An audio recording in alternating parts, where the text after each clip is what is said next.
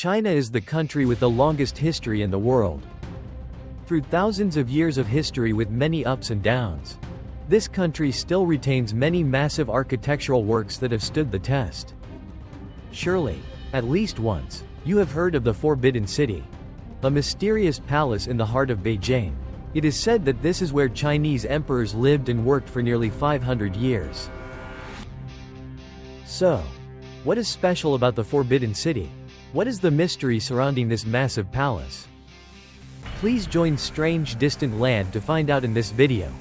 If you find the video content interesting, please like and subscribe to the channel to support the Strange Distant Land team.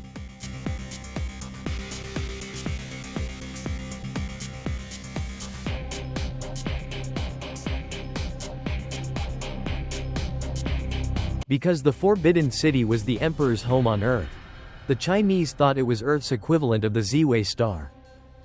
Jin means forbidden in Chinese.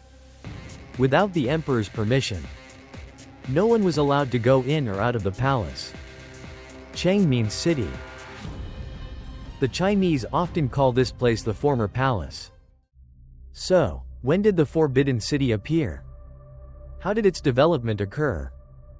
When the Hongwu Emperor's son Zhu Di became the Yongle Emperor, he moved the capital from Nanjing to Beijing, and construction began in 1406 on what would become the Forbidden City. Construction lasted 14 years and required more than 1 million workers. Materials used include logs of precious wood found in the jungles of southwestern China, and large blocks of marble from quarries near Beijing. The floors of major halls were paved with golden bricks, specially baked paving bricks from Suzhou. From 1420 to 1644, the Forbidden City was the seat of the Ming dynasty. In April 1644, it was captured by rebel forces led by Li Zicheng, who proclaimed himself emperor of the Shun dynasty. He soon fled before the combined armies of former Ming general Wu Sangui and Manchu forces, setting fire to parts of the Forbidden City. By October, the Manchus had achieved supremacy in northern China, and a ceremony was held at the Forbidden City to proclaim the young Shunji emperor as ruler of all China under the Qing dynasty. The Qing rulers changed the names on some of the principal buildings to emphasize harmony rather than supremacy, made the nameplates bilingual Chinese and Manchu, and introduced shamanist elements to the palace.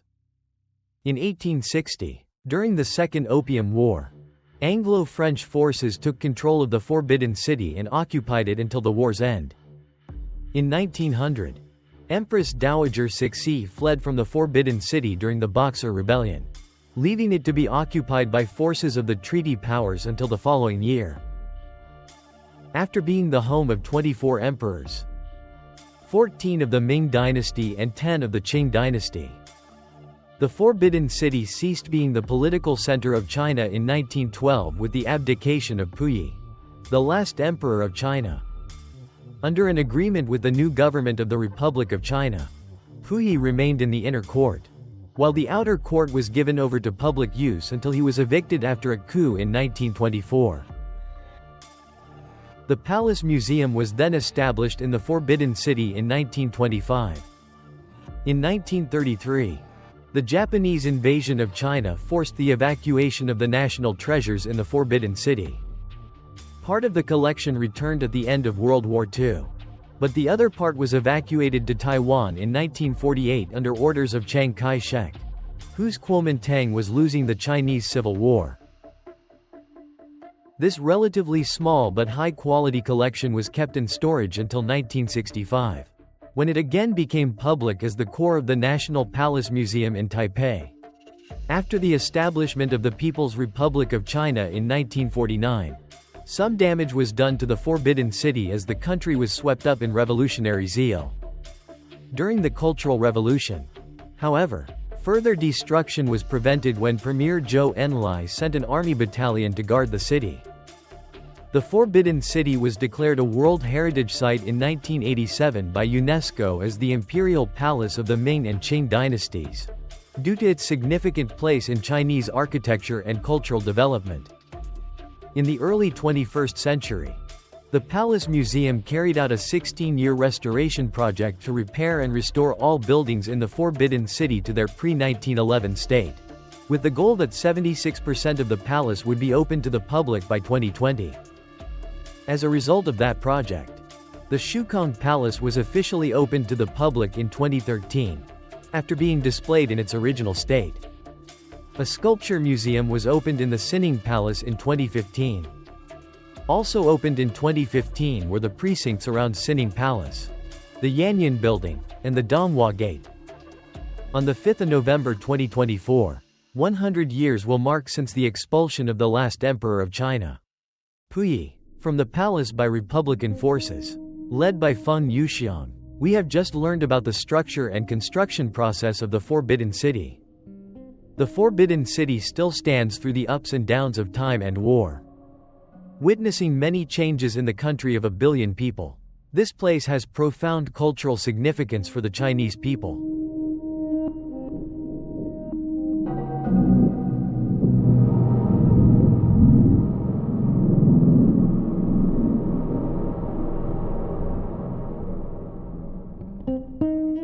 Now we will delve deeper into the structure of the Forbidden City. To know clearly how this massive structure was designed and built, the vast perimeter and unique architectural features are what visitors worldwide want to learn. The Forbidden City is a rectangle, measuring 961 meters from north to south and 753 meters from east to west. Consists of 980 surviving buildings with 8.886 rooms. A common myth states that there are 9.999 rooms, including antechambers, based on oral tradition, but survey evidence does not support it. The layout of the Forbidden City protected the imperial code of ethics as a physical installation. The courtyard was built on a massive, luxurious scale, but looks like a quadrangle courtyard. The Forbidden City was designed to be the center of the ancient, walled city of Beijing. It is enclosed in a larger, walled area called the Imperial City. The Imperial City is, in turn, enclosed by the inner city to its south, and lies the outer city.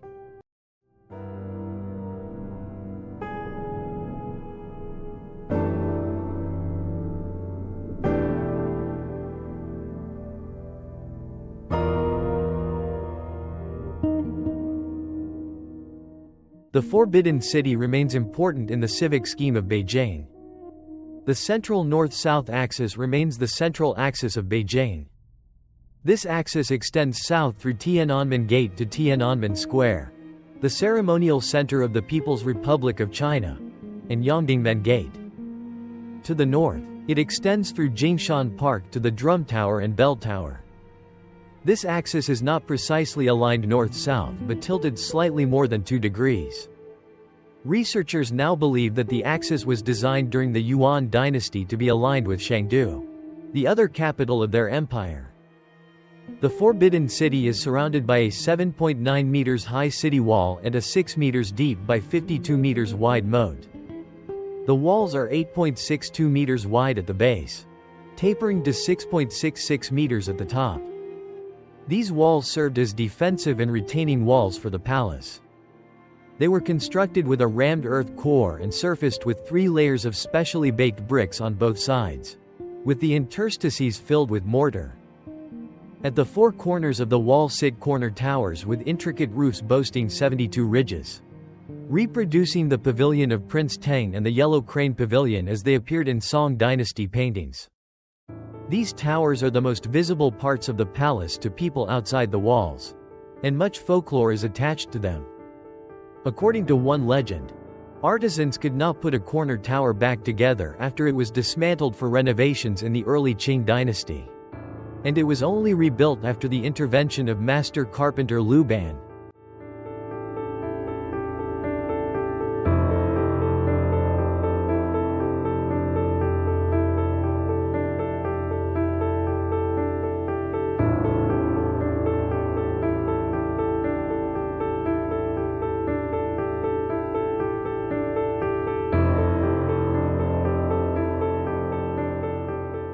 A gate pierces the wall on each side. The central Meridian Gate A is at the southern end.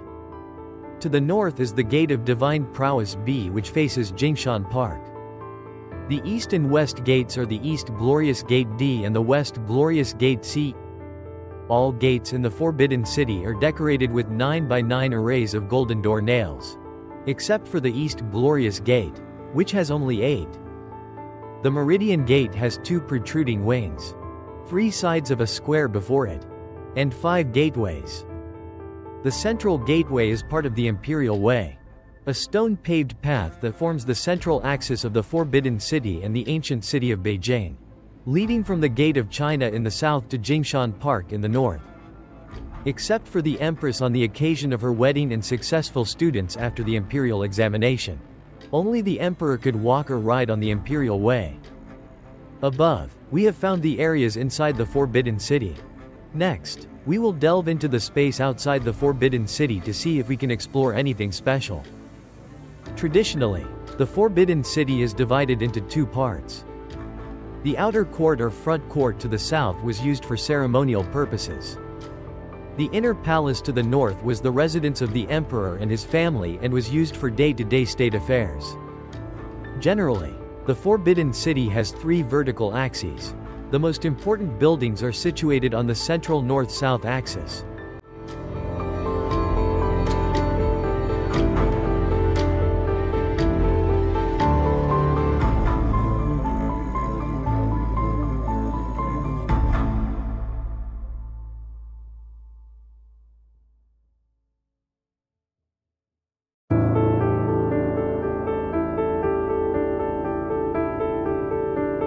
Entering from the Meridian Gate, one encounters a large square, pierced by the meandering inner Golden Water River, which is crossed by 5 bridges.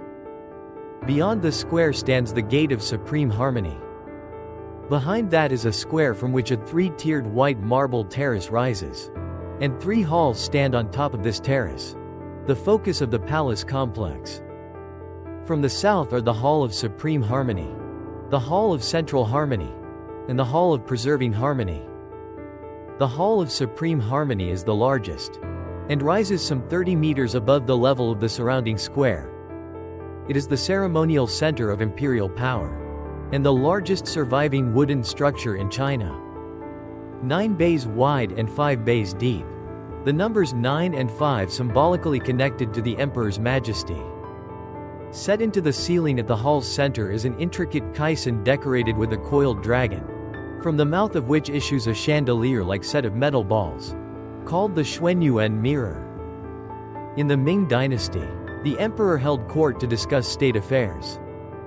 During the Qing dynasty, as emperors held court far more frequently, a less ceremonious location was used instead, and the Hall of Supreme Harmony was only used for ceremonial purposes, such as enthronements, investitures, and imperial weddings. The Hall of Central Harmony is a smaller, square hall, used by the emperor to prepare and rest before and during ceremonies. Behind it, the Hall of Preserving Harmony was used for rehearsing ceremonies, and was also the site of the final stage of the imperial examination. All 3 halls feature imperial thrones, the largest and most elaborate one in the Hall of Supreme Harmony. At the center of the stairs leading up to the terraces from the northern and southern sides are ceremonial ramps, part of the Imperial Way, featuring elaborate and symbolic bas-relief carvings.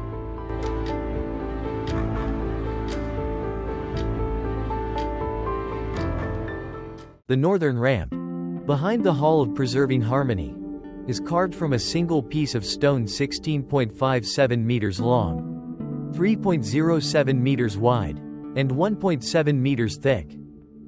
It weighs some 200 tons and is the largest such carving in China.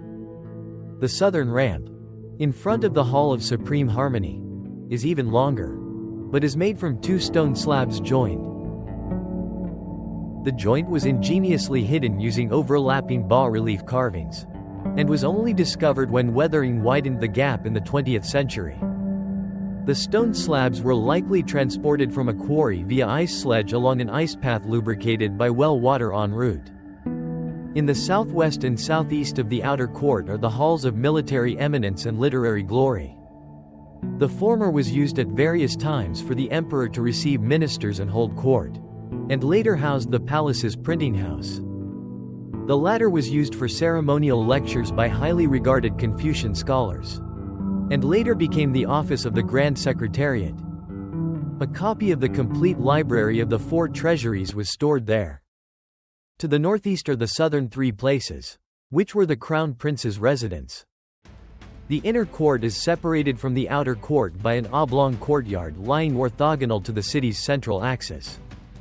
It was the home of the emperor and his family. In the Qing dynasty, the emperor lived and worked almost exclusively in the inner court, with the outer court used only for ceremonial purposes. At the center of the inner court is another set of three halls. From the south, these are Palace of Heavenly Purity,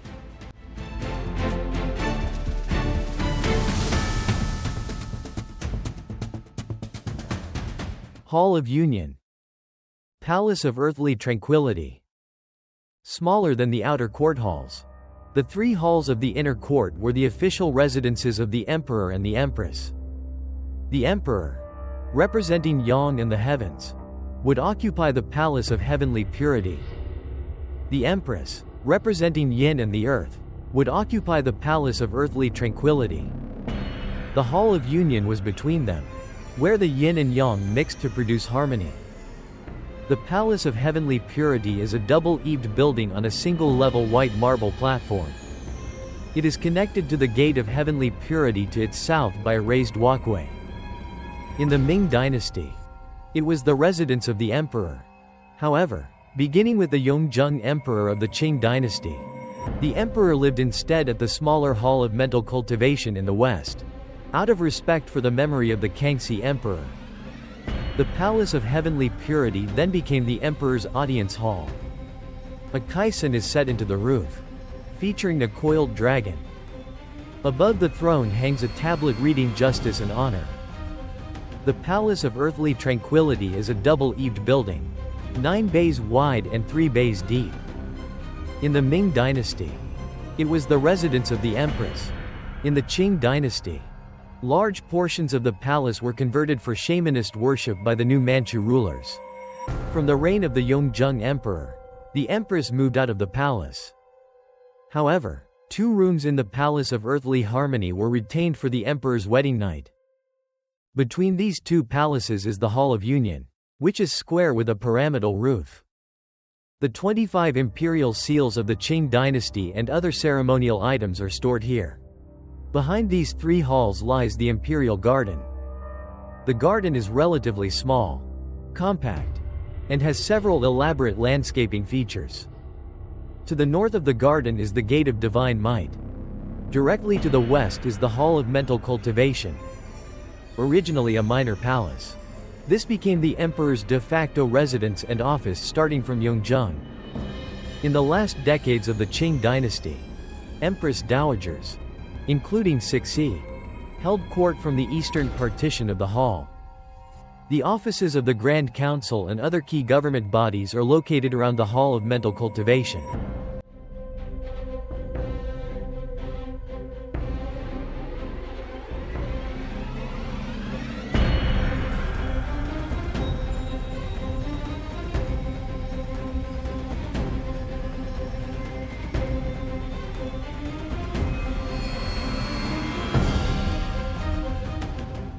The northeastern section of the inner court is taken up by the Palace of Tranquil Longevity, a complex built by the Qianlong Emperor in anticipation of his retirement. It mirrors the setup of the Forbidden City proper. It features an outer court, an inner court, and gardens and temples. A glazed tile 9-dragon screen marks the entrance to the Palace of Tranquil Longevity. To the west and the east of the 3 main halls of the inner court are the 6 western palaces and the 6 eastern palaces. These palaces were the residences of the imperial consorts. 6 palaces lay to the west and 6 to the east of the 3 main halls, hence the name. The architecture of the 12 palaces, connected by passageways, is more or less the same. The western and eastern palaces each have a layout of 3 palaces on either side of an alley that runs from north to south. Every palace has its courtyards, main halls, and side halls. The main halls stand in the middle, and the side halls are in the east and west.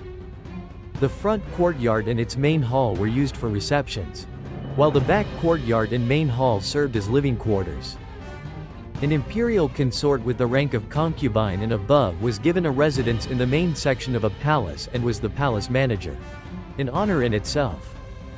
Lower-ranking imperial consorts, noble ladies, and those below lived in the side halls of the palaces and were supervised by the higher-ranking imperial consorts.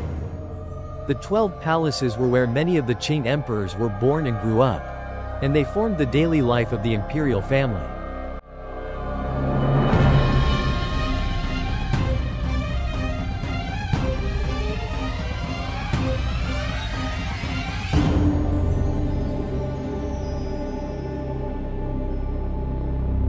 During the late Qing era, Empress Dowager Cixi resided in one of the western palaces and became known as the Western Empress. Simultaneously, her co-regent Empress Dowager Xian lived in one of the eastern palaces and was thus known as the Eastern Empress. The design of the Forbidden City, from its overall layout to the smallest detail, was meticulously planned to reflect philosophical and religious principles, and above all to symbolize the majesty of imperial power. Some noted examples of symbolic designs include: yellow is the color of the emperor. Thus, almost all roofs in the Forbidden City bear yellow glazed tiles. There are only 2 exceptions. The library at the Pavilion of Literary Profundity had black tiles because black was associated with water, thus fire prevention. Similarly, the Crown Prince's residences have green tiles because green was associated with wood and growth. The main halls of the outer and inner courts are all arranged in groups of 3, the shape of the Qian trigram, representing heaven. On the other hand, the residences of the inner court are arranged in clusters of 6, the shape of the Kun trigram, representing the earth.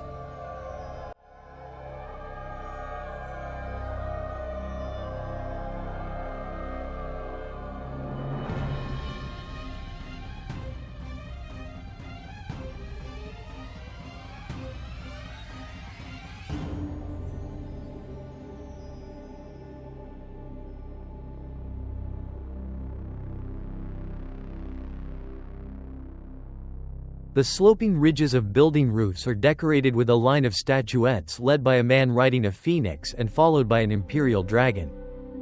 The number of statuettes represents the status of the building. A minor building might have 3 or 5.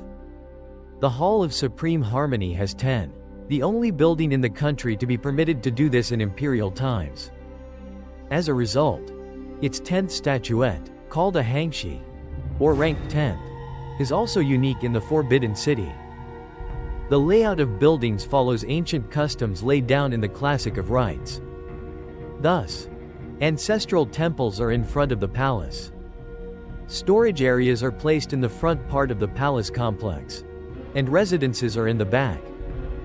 By now, you probably know much more about the unique features of the Forbidden City in China. This is a massive construction with great cultural symbolic value for this country. Many mysterious stories about the feudal dynasties lived inside the Forbidden City. If you want to hear about those mysterious stories, please comment below the video to let us know.